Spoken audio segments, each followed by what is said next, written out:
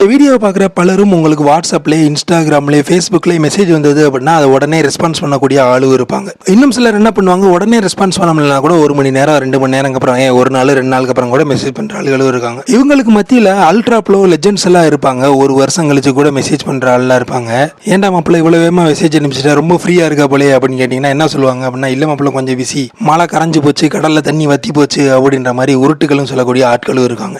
ஆனால் இது எல்லாமே பார்த்தோம் அப்படின்னா நம்மளுக்கு ரொம்பவே நார்மல், மெசேஜ் பண்ணாலும் திருப்பி பண்ண மாட்டான்டா அப்படின்ற மாதிரி போயிடுவாங்க. இன்னும் சிலர் 1 வாட்டி 2 வாட்டி பார்ப்பாங்க, 3வது வாட்டி போடா இவனை அப்படின்னு பிளாக் பண்ணிட்டு போகிறவங்களும் இருக்காங்க. ஆனால் அதையே நீங்கள் சவுத் கொரியாவில் ட்ரை பண்ணீங்க அப்படின்னா நீங்கள் ஏதோ தப்பாக பண்ணுறீங்க, அது மட்டும் இல்லாமல் உங்களுக்கு அவங்கள பிடிக்கல, இல்லை உங்கள் மேலே அவங்களுக்கு ஏதோ வெறுப்பு இருக்குது அப்படின்ற மாதிரி இவங்க நினச்சிக்குவாங்கன்னு சொல்லப்படுது. அது மட்டும் இல்லாமல் இன்டர்நெட் ரொம்பவுமே ஸ்பீடாக இருக்கிறதுனாலையும் அவங்க என்ன எதிர்பார்ப்பாங்கன்னா, இன்டர்நெட் வேகத்துக்கு ரெஸ்பான்ஸ் இருக்கணும் அப்படின்ற மாதிரி எதிர்பார்ப்பாங்க. இப்போ ஒருத்தர் எப்போ அமைச்சு இருக்க அப்படின்னா அடுத்த நேனோ செகண்ட்ல கூட நல்லா இருக்கே மச்சி அப்படின்ற மாதிரி மெசேஜ் அனுப்பக்கூடிய ஆட்கள் அங்கே இருக்கிறதா சொல்லப்படுது.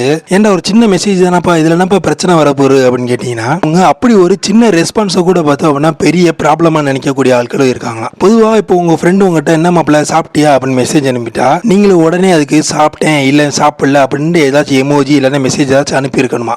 அப்போ நீங்கள் மெசேஜோ எமோஜியோ அனுப்ப மறந்துட்டீங்க அப்படின்னா அவங்க என்ன நினச்சிக்குவாங்க அப்படின்னா, அவன் நம்மளை பிடிக்கல போல அதனால நம்மளுக்கு மெசேஜ் பண்ண மாட்டேங்கிறான், இவன் நம்மளை அவாய்ட் பண்ணுறான் போல, இல்லை இவனுக்கு ஏதோ பெரிய ப்ராப்ளம் இருக்குது அப்படின்ற மாதிரி இவங்க ஓவர் திங்கிங்கில் 1000 PhD முடிக்கிற அளவுக்கு இவங்க ரொம்பவுமே யோசிக்க ஆரம்பிச்சிருவாங்க. அது மட்டும் இல்லாமல் சவுத் கொரியாவில் நெட்டு பார்த்தோம் அப்படின்னா ரொம்பவுமே வேகமாக இருக்கிறனால அந்த வேகத்துக்கு ரெஸ்பான்ஸையும் அவங்க எதிர்பார்ப்பாங்க. அந்த அளவு ரெஸ்பான்ஸ் இல்லை அப்படின்னா இது பிரேக்கப்பு பெரிய பிரச்சனைகளை கொண்டு போகிற அளவுக்கு வாய்ப்பு இருக்கிறதா சொல்லப்படுது.